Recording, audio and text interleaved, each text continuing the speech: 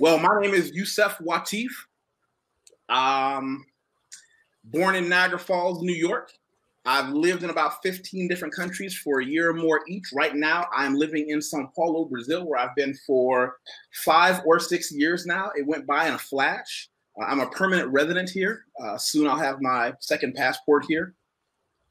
I have a company that is an expat relocation services program where what I do with people who, over the past 3 years, something that started out as something I did for friends became a business. And my expat relocation services is something that I help people with as far as the paperwork. I always tell people to add me on LinkedIn because LinkedIn is where my professional resume is. And for the people watching, if this is your first time watching, if he sent you here, I'm also going to put my LinkedIn on the screen and you can see that. I tell people the important part is not just the resume part on top. That's fun in my education, university. That's great. I tell people also, as tempting as it is, don't necessarily look at all the expat relocation services things that I do with visas and things like that. Scroll to the bottom, and this is something I tell people to do with every person they're doing business with. The great thing about LinkedIn is they have an area called recommendations, and these are where all my professional endorsements are. These are people who, under their company names, said Yusef Wateef is who he claims to be. And I've got tons of them, people who I'm working with, have worked with in the past doing what I do. More than happy to tell you who I am and that I'm everything that I claim to be. So I'll put that there. And I don't know how far you want me to go into it. I'm going to make sure I say hello to a lot of my regulars. Reigning Woman always tell people to say hit the like button. I appreciate that because without people like, share, and subscribe, as much as you hear it all day, that's how this channel has grown so immensely. We've grown so quickly. And I don't know if it was quick or slow, but we've grown with a great tribe of people. This is how I'm able to bring you great people like Kellen. I want to make sure that, hey, Botarji, to Brother Sid Owsley with the 3Ds to Success. He has an amazing YouTube channel I hope everybody chats with. So let's do it this way. Kellen, what do you have to add? What do you want to ask me? Hit me with the hard ones. Well, here we go. Hey, it's Kellen. And as always, I love to get great stories. And so I have Yusef Wateef, who I saw doing a live with a former guest, Brother Carl Pierre. He's just right down the street and around the corner here in South Florida. And we've had him on Diversified Game. And why I think Yusef, you just beat to your own drum. I was a little envious of your mustache because my sideburns are the only thing that can grow like that, but I can't get the full blown out mustache, so I let the hair grow and let my locks do its thing. But this brother helps people with relocation services, and he's lived in multiple countries. Links will be in the description for those of you who are listening and are watching. But brother, I want to know, I don't want to repeat anything that you said with Carl Pierre, and you said a lot. I want them to go check out that interview on your page or go to Carl's page. But I want to know how did you take the courage to just leave? Did you leave a wife ever behind? Did you say, hey, my kids are grown? Because you're not that old. So I don't know if you would even be at the range to have grown kids. But like the courage to leave, how much money did you leave with, and have you had to ever worry about running back to the U.S. for any reason? Well, let's do it this way. As far as having the courage to leave, I don't necessarily know it. Well, I started traveling when I was young, going to different places. When I was in college, I'd go to different countries on summer vacation, or I'd go to school all through summer vacation, or I'd get the school to pay for me to go someplace else. In the beginning of my traveling career as a young man, I saw leaving the United States as just this awesome privilege that I got. As I grew and I saw more of the world around me, I don't see living in the United States for capable Black Americans as something that you would even want to do. It's a toxic place. I say this all the time. No one owes anyone anything if you are a Black American. You don't owe them anything. Anything that you've gotten, if not been a privilege, and anything you've gained from the United States is far less than you deserve. Leave. Maybe for me, it was Brazil. For you, it may be another country. I've lived in a bunch of them. However, that's the thing. I think it would take a lot more courage for me to stay in the United States. Okay. And when you left, were you, a lot of times we hear people say, well, I can't leave my mama behind, or I can't leave, my family. How did you deal with that? Or do they come and visit you, or do you maybe visit them once a year, or, whenever you feel necessary? I'm single. I've had great relationships with women. Single now. I'm not married. I don't have any children. My father died some years ago. My mother, the thing about my mom is this: she's not leaving the United States. We've had a lot of passionate discussions about it.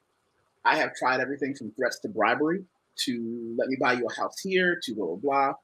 And she is where she is, and I have to respect her years.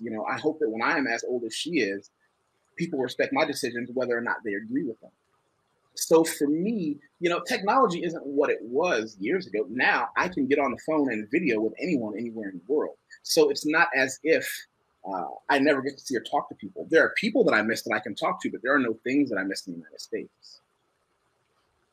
Okay. And, the food is so much. Can you talk about the food and, the different places you've lived? I've been to 18 countries. I have investment in, and I have land and homes in different like African countries.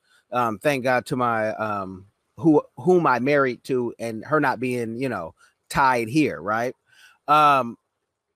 What is it like food wise? Is it fresher? Because I tell people all the time, the pineapples in Africa are real pineapples. I don't know what they're selling here in America, but it's not sweet. So can you talk about the difference and even just the food? Culturally, Brazilians aren't into fast food as Americans are. Culturally, people eat more home cooked food. So even if you say, hey, I want to eat a hamburger and fries, more people are likely to say, I'll just go ahead and cook the hamburger and fries. Although the culture of food here is something I get asked about quite a bit. And I can tell you that the food in Brazil, they have a culture. Brazil is one of those countries where they have a meat-oriented culture, which I love. But it's meat than everything else. And they've done so many things, especially with beef. They love beef. They have such a great deal of just so many different options. One of the first things I take people to when my clients or my friends come to visit is a churrascaria. Now, churrasco literally translates into a place where you eat roasted meat on a stick. But now here's the trick. When you go in, let me show the people who can watch this. I'll show them on the screen. And you can see this, Kellen. You see that meat roasting on a stick there? That's not at a special place. That's at a restaurant right near my house where for the equivalent of $4 or $5 you get all the sides you want and as much as you want to eat. They just keep bringing it to the table and you just go for it. There's nothing better than coming back from a heavy weightlifting session, taking a nice warm shower, feeling that hunger build up, having a lot of fresh protein over a cup of rice and a cup of beans, a fresh glass of orange juice, whatever fruit you want they have, freshly squeezed lemon juice, whatever it is. There's nothing better than that feeling. When my friends and I go out to restaurants for more complicated dishes, and for the record, I haven't learned how to cook any Brazilian food because why would I do that when I live here? One of my favorite dishes I tell people is something called vaca atolada. It's served in a cauldron. If you ever come down with your family, I'll make sure to take you here and we can eat some of this together. If you can look at that on the screen. Looks lovely. So what is that? Cow what? What does it translate to? Beef bones with mandioca and different Brazilian vegetables and spices. It's really good. No, I trust you. And let me know for the folks who are listening. I mean, Yusef is big into weightlifting. Brazilian if not for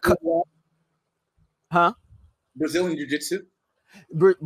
Brazilian. I'm gonna get into all that. Yeah, I capture a lot of that. I even want to know since being in Brazil and jiu-jitsu starting the capoeira, have you do you find capoeira to be useful in real self-defense? Let me get your opinion on that. I don't train in capoeira, so I really can't answer that question. I train in Brazilian jiu-jitsu, which I can say it definitely has things that can be applied to self-defense. I think like as I rapidly approach maturity, one of the things I always say is that, the first rule of learning how to fight is don't get into the fight. I, as an adult man, have never been in a situation where I've had to get physical with someone. I think the entire point of it is, I don't lift weights for violence. I lift weights to look good. Mm-hmm. I don't put myself in situations where I or someone else can end up permanently hurt or dead. I've seen situations as a young man where ego, and when men go to violence, it's usually ego involved, where ego has put people into a situation that they don't know how to back out of. Definitely. And I love jiu-jitsu. I actually, prior to COVID, my girls, they're 11 and 7, they were active 3 days a week jiu-jitsu, because it's the only self-defense where a smaller opponent can be on their back, someone in between their legs, and you can get them off and and hurt them seriously, which that's what every father's goal is, to make sure the kids are protected. So with jiu-jitsu, how long have you been doing it? Well, I'm a blue belt now, and I'm on what a lot of people would know, that permanent blue belt journey, because I traveled and left the country I went to China for a while, then came to Brazil. And the worst thing that happened to my Brazilian jiu-jitsu training was moving to Brazil, because there are so many other things I got into and so many other things that I did. And with Brazilian jiu-jitsu, you have to go to class. Whereas when you're an independent businessman, when you are an entrepreneur, time is often, there are only 24 hours in a day, and you have to balance things. So I was able to, with a weightlifting gym, which is open all the time, I get my daily exercise in whenever I can. So at least once every other day, I'm lifting heavy weights for 2 hours. But one day that might be at 7 a.m, one day that might be at 1 p.m, wherever I can fit things in between clients. And, being in Brazil, I've been on my way to Brazil with a friend. I think it was for his 30th birthday over a decade ago. And, he had the whole pamphlet of where he wanted to go. And here I'm thinking I'm going to go to the favelas and do some interviews with some artists, because that's what I do. And we got jammed up. But a lot of folks go to Brazil and then they immediately will find a woman, and you know why. I mean, whenever you leave the country, black man from America, that's the easiest thing to do, is find a woman. They want you, right? You're considered rich. How have you stayed single? Because I believe it would probably be by choice, where you got other things you want to do. So how have you stayed single when women can literally throw themselves at you, in certain places? Well, what I've learned is that it really doesn't matter if you are a man. Let's back up for a minute. Let's take Brazil out of the equation and let's look at it through a macro lens. Let's look at the world. Let's say what I'm going to tell you is not something me talking from something I saw on YouTube. This is the life I've lived. What I've learned is that if you are a man whose manhood is predicated on a few basic principles, like you don't have to be a world-class athlete or bodybuilder, but if you exercise at least every other day, I don't care if it's running, Brazilian jiu-jitsu, boxing, something that gets your body into condition, lifting weights, you're in that top 10% of men, and you don't have to really worry about where you are, because women will come to you. You don't have to be a genius, but if you're one of those men, like for me, I was taught as a young man that part of my manhood has to mean constantly educating myself past university. I read at least one nonfiction book a month, or I'm going to take an online class. So sometimes I'm studying, maybe it's an economic theory I found interesting on Udemy, or one of the online classes. Those things allow me to expand my brain, to constantly learn, so I can have more things to talk about. When you become one of those men, women aren't an issue. You don't have to chase women in any country. They'll come to you. If you're one of those men who is comfortable and secure in who he is, who can create things, who could say, I could be locked in a room and I'm so comfortable with who I am and my self-sufficiency that I don't care if it's writing or recording a YouTube video that no one is ever going to see. When you are a man who's comfortable with himself and in his own skin, you become one of those men that doesn't have to chase women, women chase him. That's not a Brazil thing, and that's not an America thing. That's true in every country I've ever been to. And it's certainly not a black thing. A lot of people want to give themselves the excuse that I'm black, or I am too short, or I am too fat. Whatever is wrong, if you make it a point to fix it. And that's another thing, that brutal honesty I have to have with myself. When something is wrong in my life, be it physical or mental, I have to look it in the eye and say, what do I need to do to fix this? Does this mean calling in an outside expert? Does this mean doing something that has more to do with discipline? Discipline is the key to all things good for a man in life anyway. So for me, and I tell people this all the time, people look at my Instagram photos of me lifting weights and doing all kinds of crazy things around the world. I have to remind people, the game didn't choose me. I chose the game. I was born a short, fat kid who got beat up a lot because I was a nerd and wet the bed. I made the decision in life to simply travel the world, bed beautiful young women, and find my own financial security young. I retired at 37. It was a choice. The work was hard. Okay.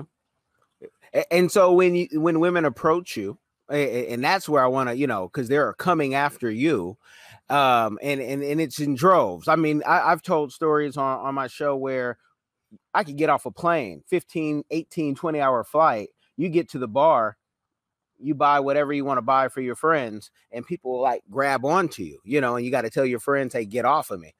Like he just, let him be, because he's here just to kind of enjoy himself. Why I want to go here, because we hear so much about the let me do one quick thing though, and because I think I have to really qualify a lot of things that I say. I don't smoke or do any drugs. So when I meet women, I'm not meeting women at a bar. For me, I did the hard work of learning to be conversational in the language.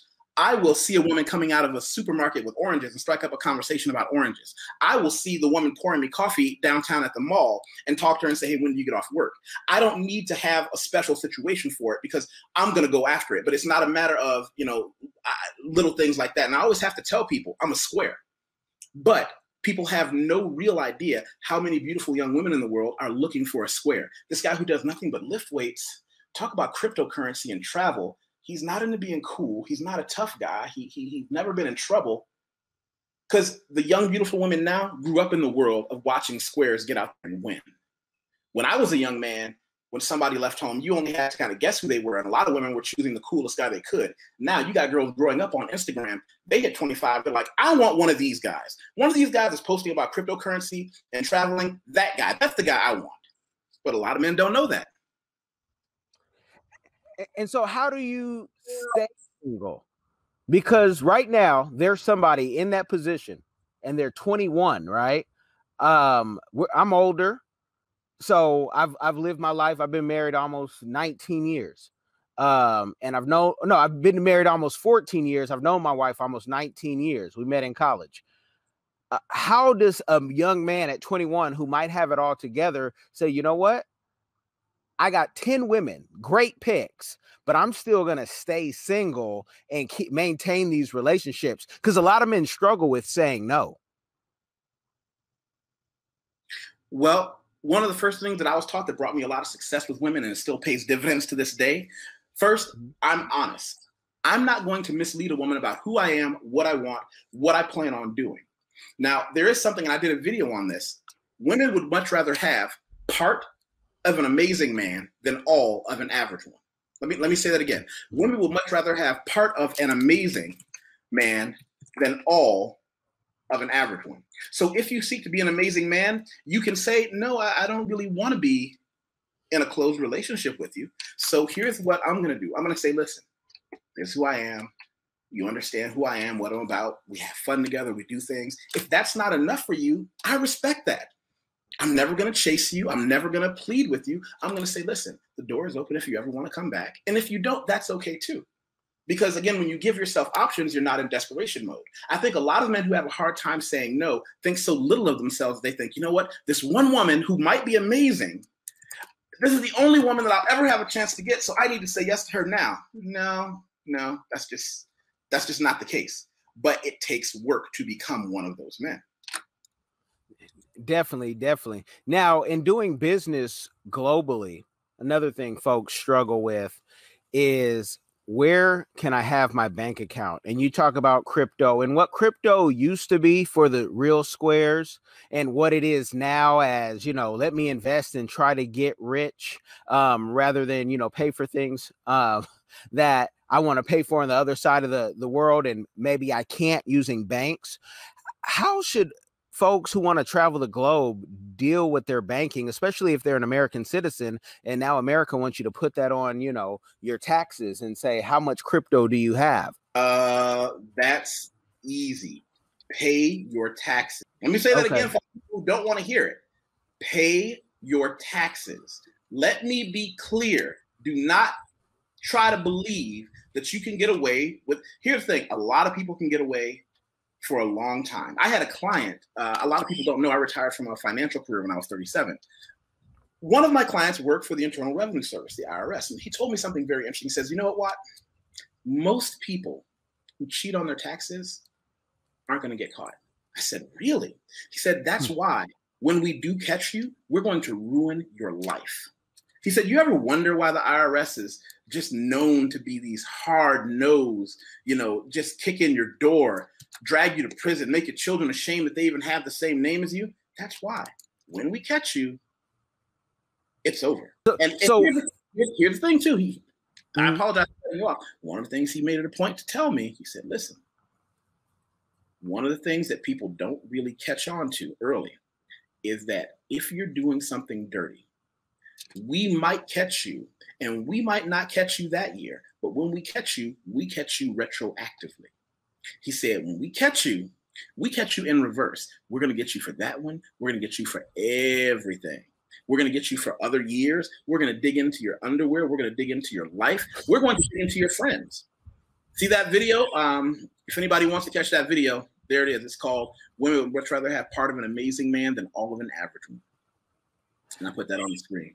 Yeah, no, that's real. I find it, more and more in these YouTube streets. And like I told you, I'm a consultant and whatever other titles people give me for influencers and whomever, you see more and more people, young people, 20s showing on their Nano X wallet. Hey, I got $20 million worth of Bitcoin. And I always ask the people, why would you show that to the public? Stupidity. Young and dumb? Is that what we're going to charge it up to? Oh, my goodness. Listen. The problem is this. We have a culture of people where everything that you do has to be public and online. Every time you use the bathroom, you've got to share it and add the right hashtags. Every time you do anything. And I ask myself, do you ever stop and say, well, wait a second. If the wrong people find out that I have this, what's the worst that could happen? Because we know we live in a world where there are bad people in every country in the world. We know that. We understand that. Yet everybody thinks it can't happen to them. Yeah. It can't happen to me. I'm special. I'm special. You hear me? I am so cool that when I flash this online, and by the way, the person that's going to get them, the person that's going to set them up, it's going to be somebody they know. It's going to be somebody in their life. Always is. Always is. And with business, the other thing of being able to travel to, different countries, folks say, well, should I have a bank account anywhere? If you're preaching and teaching crypto, should I have a bank account? Should I leave a bank account? Let's say you left China. Should I leave a bank account wherever I go just in case? My answer is a little different because I kind of live like a cartoon or an action hero. In case I need to pick up a passport or something, I want to have seed everywhere as far as finances, as long as it makes sense. But what's your advice to someone who says, look, I'm going to spend 10 years in China, then I'm going to go to Kenya, let's say, and should they open up a bank account, or is it trying to manage too much, and should they just have it all in crypto? No, I don't believe that. See, here's the thing about cryptocurrency. It's a currency. It is one of many, and it's part of a diversification. When I would teach my clients about mutual funds, I would tell them diversification is how you win. You don't put all your eggs in one basket. I don't care if that basket is called cash money, or that basket is called a bank account, or that basket is called cryptocurrency. You just don't. You balance it all out. You should never give up your American bank account. I teach my clients how to open other bank accounts in the United States, how to open PayPal accounts and PayPal debit cards and things like that. So they're always going to have a situation where you have more than one place to put your money and to withdraw your money.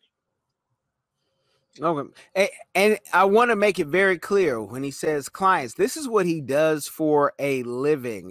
Yusef has really monetized his life. That's a hashtag and how I live my life, whatever you're doing. So if folks, some folks might sing in the bathroom, doing whatever, but you've monetized your life. When people come to you and say, look, teach me this. I want to relocate. Do you have a course, or is it always a one-on-one kind of fresh start? Every client needs something different. I don't have a course.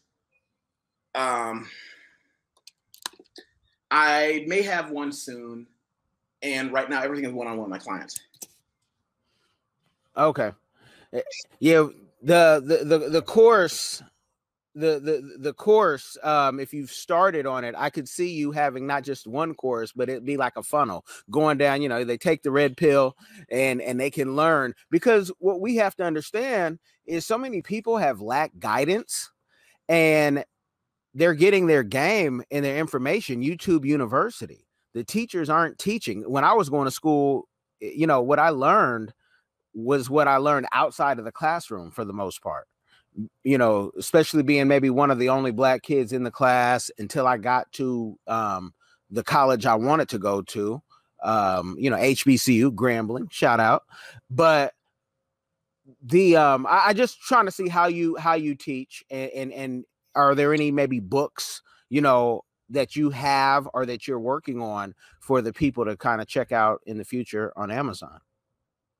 No, not yet.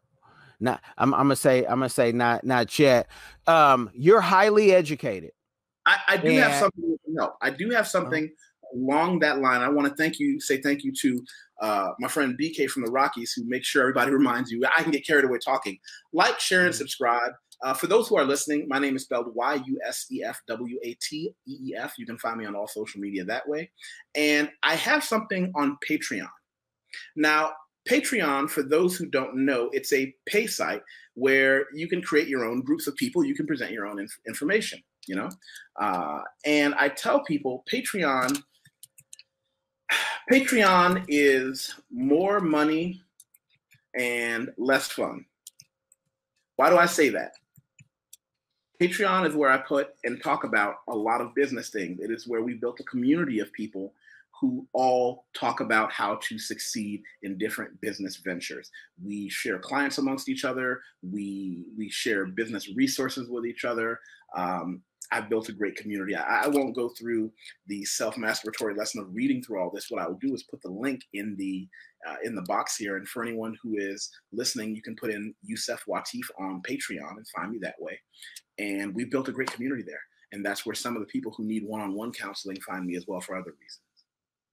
Okay, and those links, you guys, I'll have for those who are listening. The links will be in the description box. I just love to give this game because you've gotten off the American Bobby, and you are, you know, you're showing that it can be done. You know, you don't have any horror stories, but you have, you know, you have some great successes, at least that I admire. With all that, what is a community give back that you are doing or that you plan to do in the future? In the future, I'm planning on, right now, one of my main things is I am growing another community of people who we've been having a lot of fun. And I tell everybody, Black expats in Brazil have been something that we have really, really, really, really been growing. Black expats in Brazil. I'm going to put the Instagram there, and I'm going to show you guys a couple of things. This is a place that's really I've been focusing a lot of my attention. There we go. Black expats in Brazil is literally Black expats in Brazil sharing our journeys, where we go, what we do. Look at that cute little girl. We're a family-oriented group. We get together for different things. Of course, we got together a lot before, before the COVID outbreak. But we go to a lot of community events. A good part of Black expats in Brazil is us making sure that none of the people who come as Black expats are alone, and also none of them live in the expat bubble, so to speak. You know how easy it is for people to get caught up in, I'm going to just order food and only be around people like me. No. You're going to come out with us. You're going to have some fun with us. You're going to see a few different things with us. No, that's definitely a give back, because you're dealing with so many different personalities. With one of my clients, we took 30 people to Kenya, and with his audience, and dealing with, all these different personalities and the culture shock for Americans, a lot of them it can be overwhelming, and people have to get over their PTSD and all that. What is something that you see that Americans have to let go before they leave the country so they don't, spread that toxic, whatever, what is it that they need to let go? One of the things they need to let go of is stop believing mass media.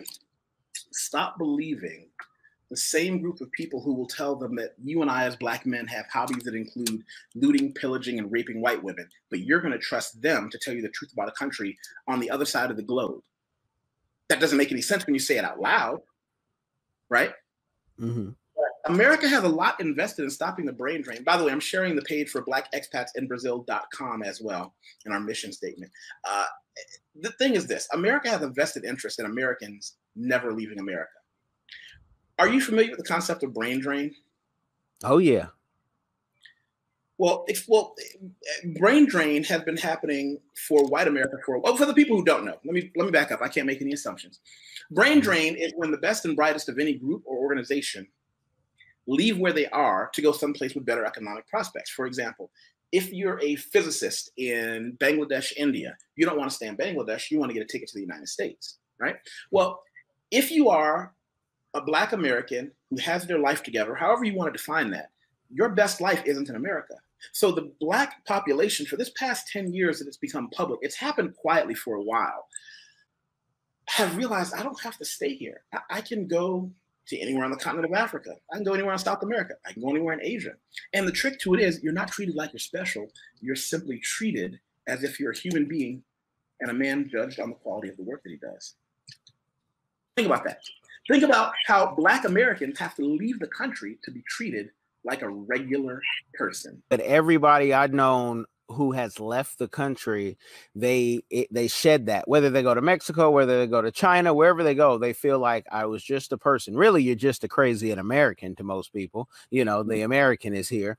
And it's real. Do you see an exodus in the future, especially for Black people, where they say, you know what, I finally get it. Brothers like Yusef, brothers like Carl Pierre, brothers like myself, and so Dynastamir, so many have shown that life can be so much grander if you just get out. Do you see an exodus? And if so, I just want your Nostradamus prediction. If so, I think we are going to cap out pretty soon, because one of the things we have to realize, we're not all going to make it. Unfortunately, there are those among us who, will never have the skill or talent that they develop with their hands, be it manual labor or the education, to leave the United States. There is a very much Stockholm syndrome that a lot of Black Americans have. There's this thing where it might get better tomorrow, or my personal favorite, it's not as bad as it used to be. And I'm going to absolutely butcher a Malcolm X phrase. He said it way better than I could. But he often talked about if a man stabbed you with a blade that was 9 inches long and then pulled it out 6 inches, have you made any progress? Should you be grateful? Not at all. I love that quote. But not at all. But it's up to us to make that move. But with that, we have, tons of excuses. So people will say this, they'll say that. And one of the main things people say is, show me how. And of course, a lot of them want you to show them for free. But there are more and more people, because I deal with investment overseas, and they're micro investment. So with everybody's stimulus check, they could invest into something, right? Do you show people investments before they even come, or is it something where they have to see it so they understand the process? I talk to people about smarter ways that they could be with their money, and some ways they can save some money. And as far as giving specific advice on individual investments, that's a delicate practice. I don't do that professionally. At a time, I was paid to do it, but I take that level of responsibility. See, I do something that gets me into a lot of trouble with my clients. I give them books to read, and I give them resources. And they say, can't you take this money and just put it where it needs to be? I'm like, I could, but I'm not, because that's not helping. Now, let me back up for a minute. I want to extend an invitation to you. will you come and talk to us about these micro investments on my private Patreon channel? I want to hear more about it. I want to hear details. I want websites. I want hows, where's, where it goes, what you've done. I think that's something we'd like to hear about. If you want to do it, because I like the audience to get a taste, and then I like them to go see and go deep. If you want to do it, even now, I can talk to you right now about some things that, not in theory, that are working. Of course, there are some things that, you know, they're fresh, but I have some things that can make folks 32% on their money if they want to take that leap. And it's with people that I vouch for because I've known them for so long and we've worked together, and it's like, this works. And I document that on Diversified Game. So yeah, you let me know when, whether it's now or you say another date, we'll make it happen. Yeah, we'll do that another day. We'll go deep on it. Okay. Yeah. Okay. Yeah. Because that's something that it's passion for me to be able to give that game, because you know what, I'm sure you feel like this because of the way that you deliver messaging on your YouTube. You don't want to be the only one winning. You don't want someone to say, hey, you're special. You're the pink poodle. Another, you know, we'll take from a Malcolm X. You're that person. You're that one who made it. In tech, when I would work for tech companies, it's like they always have that one in a department. I'm not special. I know what I know, but I know 10 other people, 100 other people who could do what I do. They might not in business be able to put it together like I put it together. That's my gift of being able to, you know, direct traffic. But you seem to be one of those people where you don't want to be the only one sitting at the top of, you know, the pyramid. There's enough candy for everybody. You know, I don't know why so many people firmly believe that I'm the only one that can have this. I have made so many more friends, and I've made a lot of money by sharing everything. I have connected people to each other that ordinarily wouldn't have been connected. I've been able to facilitate things that have helped other people. And in return, those people go back and say, how can I help you? How can I be your client? It works every time. I tell people I want to die empty. That doesn't mean I can work for free, but if I can give you some game, I don't mind having a conversation. I don't mind making an intro. That's not what we're selling. What I'm selling is full strategy, and I'm going to hold your hand down the, you know, the long path in the hallway. But if we're not giving, then you're not getting. I mean, it's the circle of life, and that's just how it is. So that's what I want my audience to take away from this, and that this is a giver. Yusef can't say it because he's humble, but he's going for sainthood. And so, and I want you guys to go check him out and like, share, subscribe. I know in the Black YouTube circles, I'm going to be talking about him even more because I like the vibe that he gives. And I truly think we might be talking to a future billionaire. He'll never tell you, so we'll have to read about it after he's done. But that's how humble. You know, I hate people, Yusef, who say I'm a philanthropist. I retired at 25 and I retired my mother, but you see him working hard every day, you know, trying to get you to buy into something, but you are living your best life on $1,000 a month. Let me make sure I put that in, but I want you guys to also check out the interview he did with Carl Pierre and how they broke it down. And I don't want to, like I say, it's hard to do this interview because they got so deep and he gives so much. So like, share, and subscribe. But for me, Yusef, that's it. For your audience, you let me know. I'm like you, I can go on, but I just like to give them a taste so they can go then make their decision. Well, let's do this then. We'll leave them with the $1,000 a month link. We'll leave them with the invitation that you're going to come back, not just as a not just as someone here on the regular YouTube, that I also want you on my Patreon, because that's something that I think you're going to be able to really, really, really help people with. So we'll do that. We will give them this link, and I'm going to put it here in the, let's see. He said Saint Yusef Wateef. Not quite. Not quite. That's not the game plan. But what the game plan is, and by the way, when you talk about being a billionaire, I'll tell you one of the secrets I learned as a financial professional.